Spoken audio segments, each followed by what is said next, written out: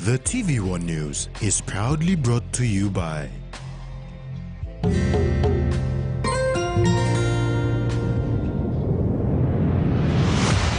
BSP, our bank, our people.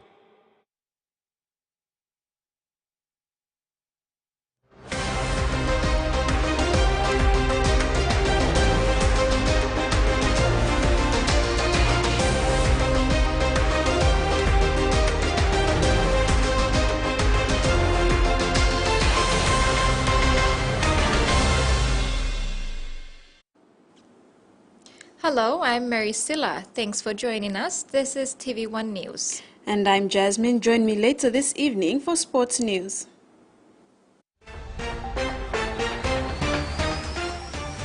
In this edition, suspects arrested in counterfeit soap case. TVWAN gets digital libraries. And PNG gets 50K for 2024 Olympics. Minister for Works and Highways, Solan Mirisim, assured Parliament yesterday that an audit on all roadworks countrywide will be carried out by the department itself. Mirisim confirmed that roadworks currently facilitated by the ADB and its contractors are scrutinized by managers from the Works and Highways Department. Member for Kainantu Open, William Hagahuno, in Parliament yesterday raised concerns regarding the works on roads in his area by the Asian Development Bank and the contractors that are awarded these roadwork contracts as conditions of the funding support sought. Hagahuno queried whether the Department of Works and Highways merely plays a spectator role. The ADB, the financer, selects the contractor, and they also do the project manage. That leads me to conclude that our works department is a spectator or a bystander in the whole process. The concerns are that the roads are the property of sovereign nation of Papua New Guinea. And the state, through the Department of Works, performs oversight functions of project managing and making sure there is quality and standard in the way the contractors carry out the work. My concern is, and the concern in this House, given the fact that the government is spending a large chunk of the national budget on roadworks, whether work that that is being carried out by contractors is worth the money that we are spending. Works and Highways Minister Solam Mirisim dispelled concerns of the department being a spectator to work being carried out on roads in the country. Mirisim confirmed that managers from the department are assigned to scrutinize conditions of the road works being carried out by the contractors assigned by the ADB. Mila toksawe long house na people of Papua New Guinea awesome. Yes, works, compromise. Make up something, works he put him on managers. That's why by looking road conditions and will take shape. And by not upload rust. And by taking time now by using good black condition. Minister Mirisim also assured MP Hagahuno and the House that an audit on roadworks nationwide under the Connect PNG program will be carried out soon. Audit and Mipla he work lot this plan now, let's straight him over the road, Connect PNG, over the road Mipla put him, by online Mipla must go down and audit him. This plan road time contractor finish. Value for money. If this government is serious about making sure letting money and put him must work him up this plan, mark money. So audit team are actually put in place now. They will be start visiting all the roads and all the money. All donor put him, Connect PNG put him because people will account of fund along all this Connect PNG roads. Meantime, Mirisim says the 270-kilometer road from the Nadzap turnover in Morbe province all the way up to Henganofi Bridge in Eastern Highlands province will be complete by October or November this year.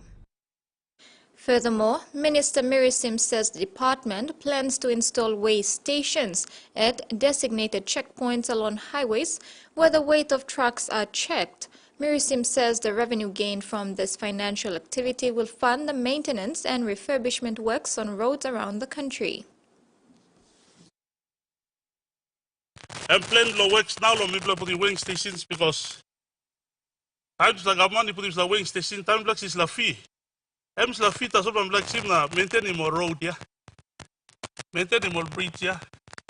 So these weighing stations are also in progress now to review so that we will start implementing weighing stations to collect fish and start putting them down for maintaining all the roads. While waiting for government to give us money, we have also money coming in. So we use this money to do emergency work. All Sambla Bridge, Sambla Road, landslip, nah. Disaster can happen anytime. We are there because this money is there. So these are plans already in plan. Minister responsible Walter Schnobelt in Parliament this week presented the Civil Aviation Safety Authority annual reports for the years of 2020 and 2021. Schnobelt explained the importance of having an effective and efficient aviation safety and security regulator. Minister for Transport and Civil Aviation Walter Schnobelt, when presenting the annual reports of the Civil Aviation Safety Authority Papua New Guinea for the year 2020 and 2021, said CASA PNG has again met the expectations of the government, the aviation industry, and the public in ensuring that safety and security is maintained and enhanced within an increasingly complex and challenging environment. It is important that we have an effective and efficient aviation safety and security regulator because a safe aviation environment contributes towards social and economic development of Papua New Guinea and raises PNG's profile at the international level. Schnobelt further stated that the rapid growth of the remotely piloted aircraft system and drones industry has resulted in significant and multiple challenges for PNG. He said to deliver their mandate and meet the needs and expectation of the industry, CASA has identified key areas of concern and has reviewed and developed its operating rules that are being implemented. CASA is continuing with its efforts to address the remotely piloted aircraft system, oversight and surveillance, including capacity building of its inspectors, and is improving PNG's RPS regulations to ensure alignment with ICAO standards and recommendations are adhered to. The minister said CASA PNG uses these annual reports to conduct trend analysis to build a picture of how prevalent certain types of incidents are in different types of aviation operations. From a safety perspective, significant changes increase the risk, and CASA was able to mitigate this risk through regulatory interventions, increased surveillance and imposition of conditions and implementation of a risk-based approach in auditing. These reports help CASA PNG to design policies, propose new safety standards and oversight strategies to improve aviation safety and security. Minister Schnobelt added that it is important that the functions of CASA PNG are recognized and supported to ensure there is growth commensurate with industry growth and that it can attract and retain qualified, experienced and skilled staff to ensure that the organization is credible and respected when it interacts with the industry. The increase in organization position to permit increase in staff numbers is therefore critical in light of a significant increase in the volume and scope of aviation activities, including the improvements in technology in PNG. The functions of CASA PNG and its strategic direction are consistent with the government's development agenda and is aligned with the support and achievement of the government's goals for aviation safety and security. Suspects of Chinese origin have been arrested in relation to the counterfeit Waswas soap that was intercepted by Ley police recently. The two women from Golden Apple Trading at Ley's main market were charged late Tuesday afternoon at the Top Town police station. Two female suspects from China were arrested and charged late Tuesday afternoon in relation to the interception of the 20-foot container filled with counterfeit Waswas soap. The container, containing fake products with an estimated value of over 34,000 kina, was intercepted on the night of Thursday, March 16, and unloaded at the Panamex site on Friday, March 17. The two foreign executives of Golden Apple Trading were brought in to the customs office for questioning, taken to their warehouse at Golden Center, then brought in for processing at the Top Town police station, accompanied by their lawyer. Ley Metropolitan Superintendent Chris Kunyanban confirmed that the two women, who are out on 10,000 kina police bail each, have been charged with counterfeiting trademarks under Section 477, subsection 2B of the Criminal Code Act 1974. The women's passports and work visas have been confiscated by the Criminal Investigation Division. In my time, this is the first major big one that had happened on Thursday, coming until now the arrest been effected. And it's not good looking at the current situation that we have. We have different situation happening in the country. Economic situation is another. If the manufacturing industry is put off people off from work, it will really affect the livelihood of people, and police will be the one going around trying to sort out issues that will pop up from as a result of people being laid off from manufacturing industries. So I'm very mindful about the counterfeit products, because it's having an impact in the social well-being of people and also the economy of the country. If you look at it, some of the things they are not paying taxes, and you look at the manufacturing industries, like the company now that is been affected by this counterfeit product, which is Panamex, they're paying a huge tax to the government. And we've got to be mindful of this. So government has to protect the manufacturing industry of this country, because if you really look at it, they are actually employing a lot of Papua New Guineans working in that. Kunyanban further said as per their preliminary investigations, there were some indications of tax evasion which police and PNG customs will look into. We have different ethnicities, especially the foreigners coming in here. We have Chinese, we have other ethnicity in here. They have a tendency of doing this. And I'd like to call on to the appropriate authorities to look at it and balance it out and do something right for this country. Ley police are collaborating with PNG Customs to ascertain whether the counterfeit Waswas soaps were manufactured in PNG or imported, following the arrest of two female Chinese nationals on Tuesday afternoon. Metropolitan Superintendent Chris Kunyanban said in cases like this, police work with sister agencies like Customs, Immigration and the Internal Revenue Commission. Investigation is still going on. We want to establish our thing as to how those products came in, whether through customs or they brought in a different substance to the how to do the soap in here. They might either manufacture the soap either in here in the country, or they might brought it from overseas. So if it is brought in from overseas, then it's oversight in customs that they will look at it. But I will not speak more about it, because investigation is still going to establish whether the soap was manufactured here in PNG or brought from overseas. This is TVWAN News. After the break, Paka on refinery bill and students take part in Trees for Life.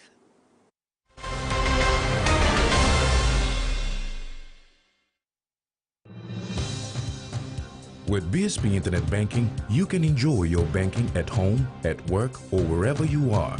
BSP Personal Internet Banking allows you to view your accounts and transactions, transfer money, bill pay, schedule future payments, or access your bank statements. Visit your nearest BSP branch to register now. BSP Internet Banking, the smarter way to bank. BSP, our bank, our people.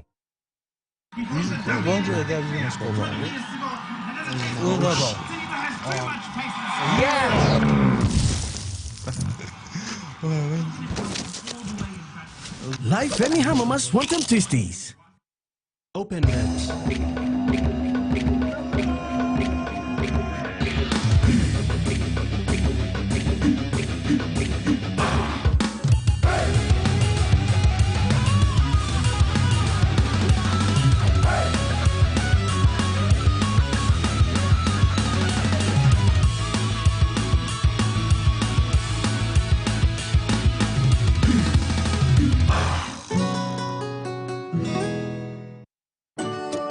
When you're spending time with family,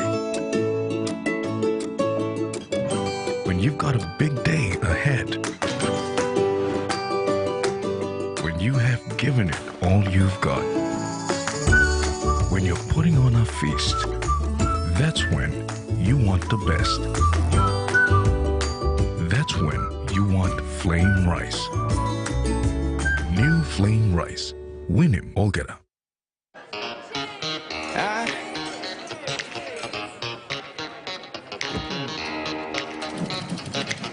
Very superstitious. Writings on the wall. When you believe in things, but you don't understand the negative. Superstition ain't the way.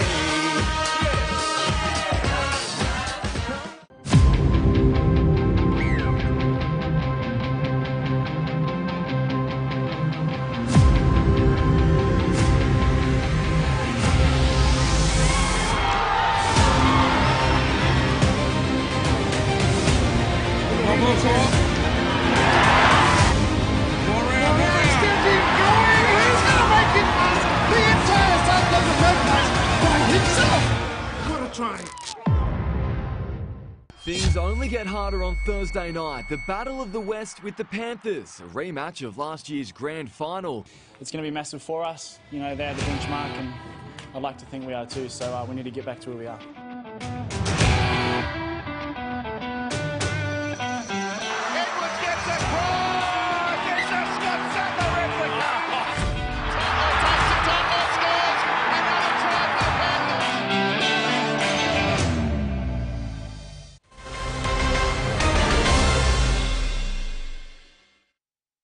Welcome back. A successful businessman in the alluvial mining industry in the country is calling on the government to seriously look at the consequences the proposed gold refinery bill will do to future generations. Owner of Golden Valley Enterprises, Justin Parker, said the bill was unfair and will destroy the economy of the country. In an exclusive interview with this newsroom, successful business entrepreneur Justin Parker said the shareholding deal signed by the government on Thursday, October 28, 2021, with an Australian company is unfair and not in the interest of the country. He said the deal is worse than any other deals signed by the government, as the contract is not announcing take-back PNG, but foreigners asking for exclusivity for 75 years with an option to another 25 years. He stressed that in terms of ownership, this proposed bill will make Papua New Guineans slaves on their own land. In that agreement, we are going to make laws where we will forbid every other Papuans from getting involved in this industry, and any players except them, and they'll have exclusivity for 60 years, and then renewal every 30 years at their discretion. And there's no exit clause for the PNG government. There's no exit clause at all. And that's the scary part, So 60 years, that's a lot. And then nobody else is allowed to buy gold or export gold, like people like myself and other Papuans that are in the industry already. He urged the government not to ignore Papua New Guineans from growing their business within the country. They've asked us to make laws to protect them. They want immunity from prosecution, and they will control the board, to which we have agreed, and they will control the board, and they are immune from any prosecution, from any wrongdoing, even if they run this business down. And we have to compensate them for any losses, even if they make the mistakes. It doesn't make sense. It's really frightening, you know. And with that, you know, looking at every Papua New Guinean, you know, we've also agreed that we would not peg the price in any place. We can't dictate to them what price they should pay. So they will pay at will. So go back and look at every grassroots. You know, I am here because of the simple grassroots that work gold. You know, they dig gold. They deserve the best price. Prime Minister James Marape had said during the signing of the agreement in 2021 that the project will put Papua New Guinea on the world gold map, so it is rightfully recognized in both gold mining and gold refining industries and in global precious metals and financial markets as one of the world's most important gold-producing countries. However, Mr. Parker believes otherwise. For the life of the contract, they will only be paying 10% corporate tax, 10% corporate tax, and there won't be any other tax applicable to them. You know, how do you do that to your own people? 10%. You know, I pay 35% corporate tax. Everybody else pays 35%, and now they've increased that to 42%. But for them, they've agreed and signed the contract that they'll have they'll only pay 10% corporate tax for the life of the project, and the life of the project is for eternity if you look at it. And how do you expect us to make money and take back PNG? Where is take back PNG in this? Where is it? You know? This is packaging PNG and selling it. This is the complete opposite of take back PNG. He is now banking on the members of parliament not to support the bill and understand its implications if passed. Freddie Moe, TVWAN News. Trade between the Republic of Korea and Papua New Guinea was worth $1.8 billion, that is 6.33 billion kina in 2022, a massive 240% increase from 2021, according to a high-level Korean delegation visiting PNG. The delegation is made up of politicians, government officials, and leaders of businesses in Korea. Marpe said the big increase in trade between Korea and PNG had not gone unnoticed by his government, and there was room for even more growth. Furthermore, the Korean delegation leader, Bayoung-sung, extended an invite to Prime Minister Marape on behalf of President Yoon to attend the first Korea-Pacific Island Summit in Seoul in May to discuss issues of climate change as well as furthering bilateral relations. He also asked for PNG support to host World Expo 2030 in Busan, which Marpe pledged to support. Students of WAWIN National High School in Morobe Province will no longer have to spend money to do their research. Digicel PNG Foundation, through its staff grants, installed digital libraries for the students, which was officially handed over to the School of Excellence on Friday, March 17. Students at the WAWIN National High School in Morobe Province buy at least 100 flex cards in a week to conduct their research online. Deputy Principal Administration Kokomba Moso said students and staff can now conveniently access information online with the installation of 4 Pi digital libraries, hand-sized mini-computers, around the campus. The project was initiated by former WAWIN student and Digital PNG's lay-based commercial executive Daniel Bailey through the Digital Foundation Staff Grants Program. Bailey, who graduated from WAWIN in 2006, enlisted the help of another former student and IT technician, Zanto Dom, to help with the Digital Libraries project through his company Yalkru Nigedo Consulting. Bailey shared with the students the difficulties he faced when he was a student there, highlighting the existence of only one mobile operator then and to contact their parents. They had to get on a PMV and make the 25-minute trip out to the main road to get reception. That's how hard it was. No time to make that. There was no computer labs. We had the library, but school start tasola. So likely called books and mibla tripla manem. How mibla broken medna. Working research or one something. And that's how we struggled. So when that Digital Foundation grant came up, people stopped the opportunity to apply. So I applied for the library. What mibla game libla, please look out him good. Na ibla mastingin. Now mibla fortunate. Time to mibla. Sorry. Mibla struggles there. No got internet mibla ada. It's free. You don't need to use Flex to get data. I'm really proud to give something back to my school. And at least we have some more good students graduating and going into university now. Put the name Limi Wawin School of Excellence, maintain him, master. Dom, who graduated from Wawin in 2004, said each device contains 500 gigabytes worth of data. The biggest components of this device is the Wikipedia encyclopedia. So it's a full encyclopedia, but it's updated to May 2022. Contains a collection of over 60,000 free electronic books. So it's called Project Gutenberg. And then there's also the Khan Academy.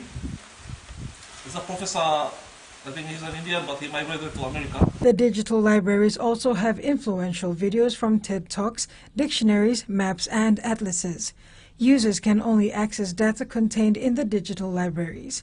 Wawin's head girl Charlene Tringin thanked the foundation for supporting their learning, adding the digital libraries will also benefit future Wawin students. Karakidu Jr., TVWAN News. Transitioning from high school or further education into employment can be a daunting experience for young people, especially in today's competitive job market. It is crucial for them to set themselves apart from other potential candidates to secure success. During this phase, having support not only builds their self-confidence, but also fosters capable and active citizens. Project Yumi is implementing the Project Walk program to help young people build sustainable skills to overcome unemployment challenges. Project Walk program was launched to help young people gain the confidence and capabilities necessary to succeed in their careers and contribute to their communities. This Project Yumi Inc. program is designed to equip grade 12 students with job search strategies and employability skills to help them transition from school to work.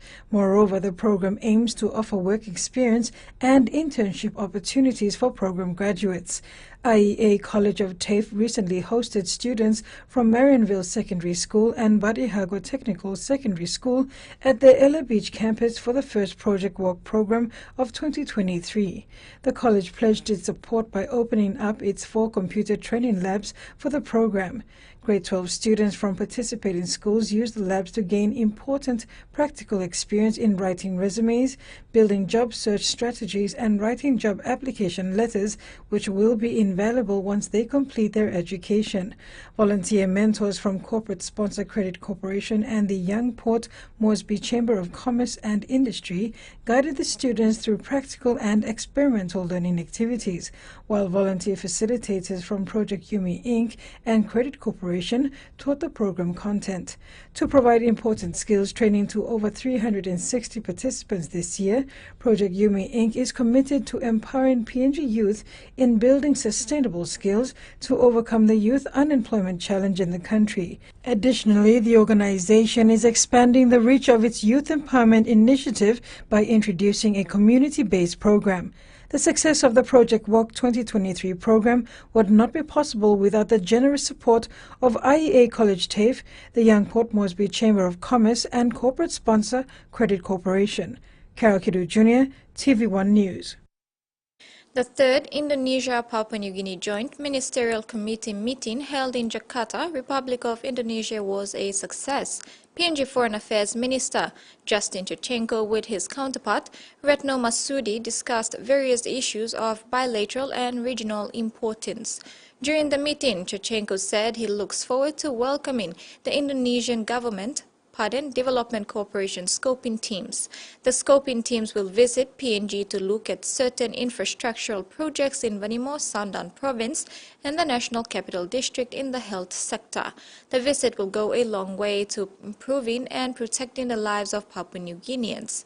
Furthermore, Chochenko said the PNG government was looking to open up a special economic zone, also at the PNG-Indonesia border. Coming up with a joint model on the proposed PNG-Indonesia preferential trade agreement is essential. In the follow-up of the International Day of Forest, Port Moresby Nature Park celebrated this through the Trees for Life program. The Nature Park champions sustainability to plant trees and care for them and educate populations that life is very dependable on trees. Port Moresby Nature Park celebrated the International Day of Forests through the Trees for Life program. The program promotes sustainability, educating people. The park's horticulture manager, Junior Muli, said through the program 12,000 trees were planted in 4 years, in partnership with schools, churches, and various organizations in the nation's capital. We have successfully given out 2,180 trees to every visiting guest that take the trees home and planting. And also almost 500 of them were donated to community partners. The ones that are donated are the guests that don't have areas for planting. Therefore, they choose to donate it. Lecturer from the University of PNG, Pius Piscout, who was accompanied by 3 students from UPNG, Port Moresby National High School and Kopkop Primary School, participated in the Trees for Life program. Each student took part in the planting of a tree at Nature Park. Papua New Guinea is the 3rd largest rainforest in the globe. Therefore, it is very important to know our forest composition as a leader in terms of carbon dioxide absorption capacity and the lung, one of the biggest lungs of the forest. The Trees for Life program will continue in schools, churches and organizations this year. Jasmine Nero, TVWAN News. And that ends the news segment. We'll now have the weather forecast for the next 24 hours.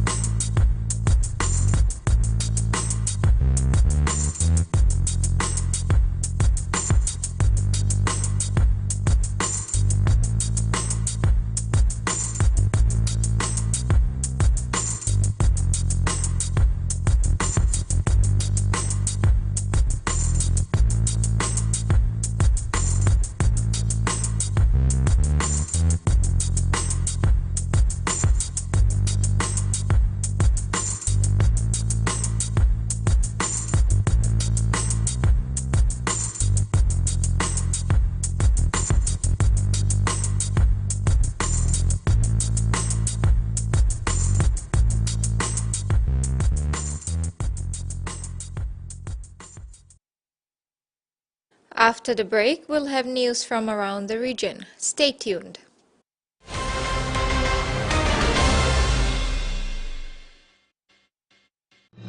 Experience a convenient and smarter way to do your banking with BSB Mobile Banking. You don't have to leave the office or your home to pay for bills. You can view your account balance, transfer funds, top up phone credits, or purchase Easy Pay units wherever you are.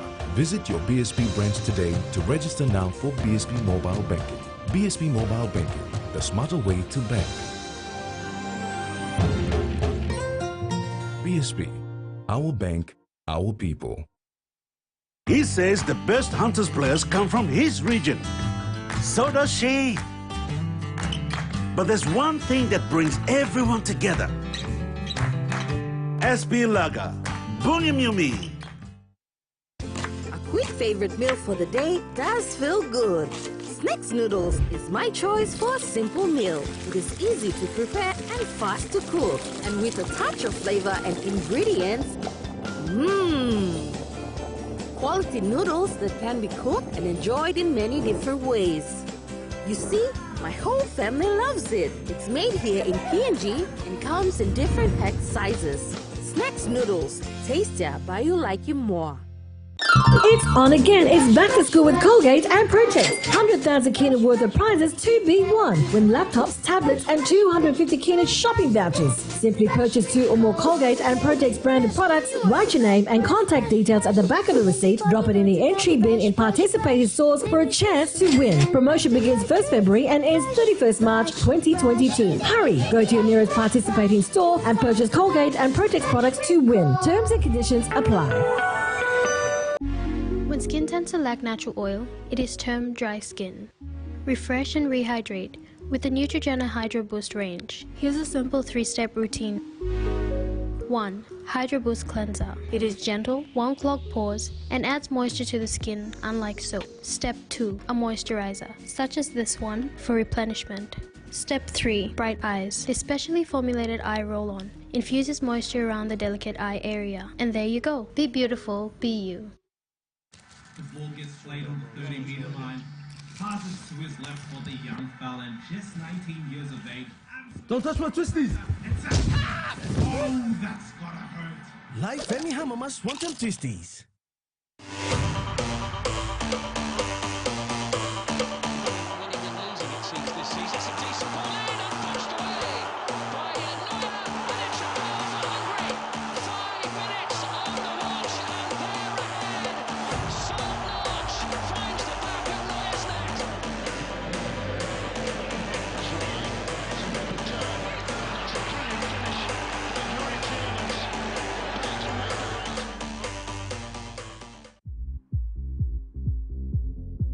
The ATP Tour has arrived in Miami.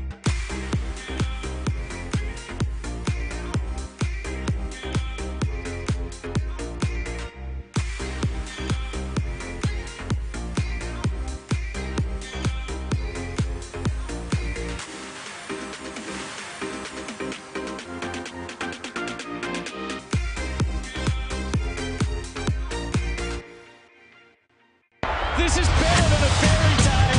You can't dream these scenarios. It's on its way. It's there. Away go Oya. It's a kick. It's a goal. It's a beauty.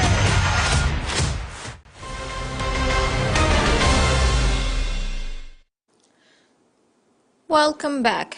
Turning overseas, a White House envoy on Tuesday decried disinformation and smears about the United States' motives in the Solomon Islands after his meeting with the country's pro-China leader was overshadowed by unsubstantiated rumors of dark plots and geopolitical intrigue. Veteran U.S. diplomat Kurt Campbell visited the Solomons' capital, Honiara, as part of Washington's effort to counter growing Chinese political, economic, and security influence in the South Pacific. There, he met Prime Minister Manasseh Sogavare, who signed a secretive security deal with Beijing that brought a steady trickle of Chinese police officers to the country. Campbell told Solomon Islands media that his visit was designed to promote a positive agenda that tackles specific priorities like climate change, protection of fish stocks, and education exchanges. He also faced questions at the news conference about an unsubstantiated report of a supposedly U.S.-backed plot to kill Sogavare that has featured in at least one local newspaper. Campbell, who is currently President Joe Biden's Indo-Pacific coordinator, said this disinformation and smears are deplorable. Australia's aged care workforce is increasingly reliant on migrant workers. Many staff from culturally diverse backgrounds say they're regularly experiencing racism on the job, and there are growing calls for the sector to do more to support and protect its workforce. Nepalese-born Pratik Sigdal is proud of his culture, but when he started working in aged care, his background was used against him. From the very first day, they used to tell us, like, you just go away. You just go back to your country where you're from. I don't like you, I don't like your skin or something like that. Pratik encountered racism from residents almost every day. They are suffering from some medical conditions or some mental behaviours. That's why they need support. Bianca Bridgenath trains workers in dealing with racism, but she says the industry needs to do more to support staff. It's the elephant in the room that nobody talks about, but it is there and people do experience it on a daily basis, and it really is very much specific to your skin colour, the way you speak, your accent, and how you look. A study in Adelaide found African aged care workers had experienced racism ranging from verbal abuse to residents rejecting care. They could say, "Get off me, you animal, I don't want black people caring for me." She found nurses were reluctant to raise the issue for fear of jeopardising their visas or their jobs. They feel demoralised, like they sort of lose their sense of identity and self-worth through this act of microaggressions displayed towards them. Australia's dependency on migrant workers is only increasing. By 2020, more than a third of aged care workers were culturally and linguistically diverse. And since then, the government's tried to attract more migrant workers to the sector by relaxing visa requirements and fast-tracking processing times. A government-funded survey of aged care workers is now underway. It'll be used to help develop resources to combat racism. You can't just eliminate the racism. You just can't. What we can do is just to minimize it. Supporting those workers needed to fix effect. At the 28th session of the ISA meeting, delegates will decide whether to adopt a precautionary pause and not approve any license applications for commercial mining of the seabed or permit operations to begin as early as this year. Pacific activists from New Zealand, Cook Islands, Tahiti and Hawaii were previously not given a platform at the ISA meeting to express their views despite the significant impact the decision could have on shaping their future. They were joined in the ISA meetings by fellow activists from Fiji and Papua New Guinea. Artificial intelligence is helping more people get ultrasounds on their hearts in remote parts of Australia. A new trial is testing the AI technology, and those behind it hope it could be rolled out to help catch heart disease earlier, particularly among Indigenous people. Rhonda O'Keefe is about to take an ultrasound picture of this man's heart with the help of artificial intelligence. Started 2 weeks ago and just in training at the moment, Rhonda is an Aboriginal health practitioner in Alice Springs. She has some medical training but is now doing a job that usually takes years of study. An artificial intelligence program is telling her what she needs to do to get a picture that can be analysed by experienced cardiologists. The computer knows what the image should look like, and it also knows how to get to the appropriate image, so it's able to prompt the person that's doing the test to get to where they should be. Indigenous Australians are 3 times more likely to die from heart disease compared to non-Indigenous people, and the rate gets worse in more remote parts of the country. Doctors hope that if this technology is proven to be successful, it can be rolled out across remote Australia. We don't know how bad the prevalence of heart failure is because we're not able to diagnose everybody, because we can't get everybody echo images to have a look at their heart function. It's good to help, my people, and sometimes it's hard for them to, get into the hospital. The AI program could also be expanded to learn to diagnose problems. Fundamentally, I don't think it's going to replace a human. I think that it means that the process of interpreting the images will be more consistent and probably more reliable. That's it. Slide up. The researchers say the technology could be adapted for scans on other parts of the body to help plug the gaps in remote healthcare. The long overdue arrangements between Indonesia and PNG were discussed in the 3rd Indonesia-Papua New Guinea Joint Ministerial Committee in Jakarta on Tuesday. PNG Foreign Affairs Minister Justin Chuchenko had the opportunity to inform his counterpart, Indonesia Foreign Affairs Minister Retno Marsudi, on the ratification of the long-outstanding bilateral arrangements between the two countries from the PNG side.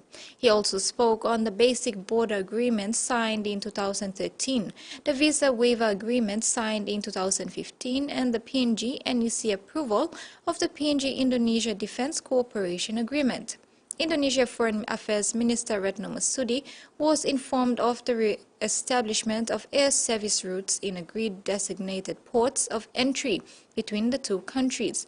Minister Chuchenko commented that he would like the two countries working side by side, recognizing the Melanesian heritage that both countries have and Indonesia as a welcome partner in the Pacific. Back home, a memorandum of understanding was signed today by MVIL and the Kerma DDA to arrange for subsidized motor vehicle registration and compulsory third-party insurance services in Kerema. With the MOU, PMV owners and operators in Gulf Province will get subsidies on their PMV registration and compulsory third-party insurance costs by the Kerma DDA through the office of the member for Kerma, Thomas Opa. The MOU signed today between MVIL and the Kerema DDA allows for subsidized motor vehicle registration and compulsory third-party insurance services in Kerema. The office of the member has earmarked 200,000 kina PMV subsidy funding. MVIL will facilitate the subsidy arrangement consistent with all existing MVIL registration and CTP insurance requirements. There are 5 existing requirements which apply to both new and existing PMVs seeking renewal. The subsidy arrangement has 13 guidelines for both the MVIL and the DDA and PMV owners and operators to follow. Kerema MP Thomas Opa said bad road conditions, cost of vehicle parts, and the impact of seasonal cash crops such as betelnut continue to affect the growth and sustainability of the operations of many micro, small, and medium enterprises in Kerema and other parts of Gulf. MVIL Chief Executive Officer Michael Makap expressed gratitude to member for Kerema and the Kerema DDA for their foresight in choosing to partner with MVIL to deliver vehicle registration and CTP insurance services to motorists in Gulf Province. He added that MVIL would like to encourage other like-minded open and regional members to partner with it to provide and enhance rural transport services to their respective constituencies. Frida Kana, TVWAN News. Pari Elementary School celebrated World Water Day today with the launching of its bore water hand-washing water system. The water system was jointly opened by sponsors UNICEF, OSAID, and implementers the Anis Foundation. It was witnessed by representatives from the Department of Education. After almost 24 years of its existence, Pari Elementary finally celebrates running water within its premises on World Water Day. World Water Day is observed on March 22nd each year in many countries around the world, including Papua New Guinea. United Nations theme for 2023 World Water Day is Accelerating Change. It calls for collective action to protect and carefully use the available water sources while taking every possible measure to preserve it for future generations to use. Today was a happy day for the 460 plus students and the 8 teachers. They no longer have to go in search for water to keep their health and hygiene. In observance of the World Water Day, teachers taught some facts about water to the children, who in turn expressed their learning and concern through artwork. Learning points included water pollution, water scarcity, lack of sanitation, inadequate water supply, and the major issue of climate change. Low pressure from the city water supply going into Pari village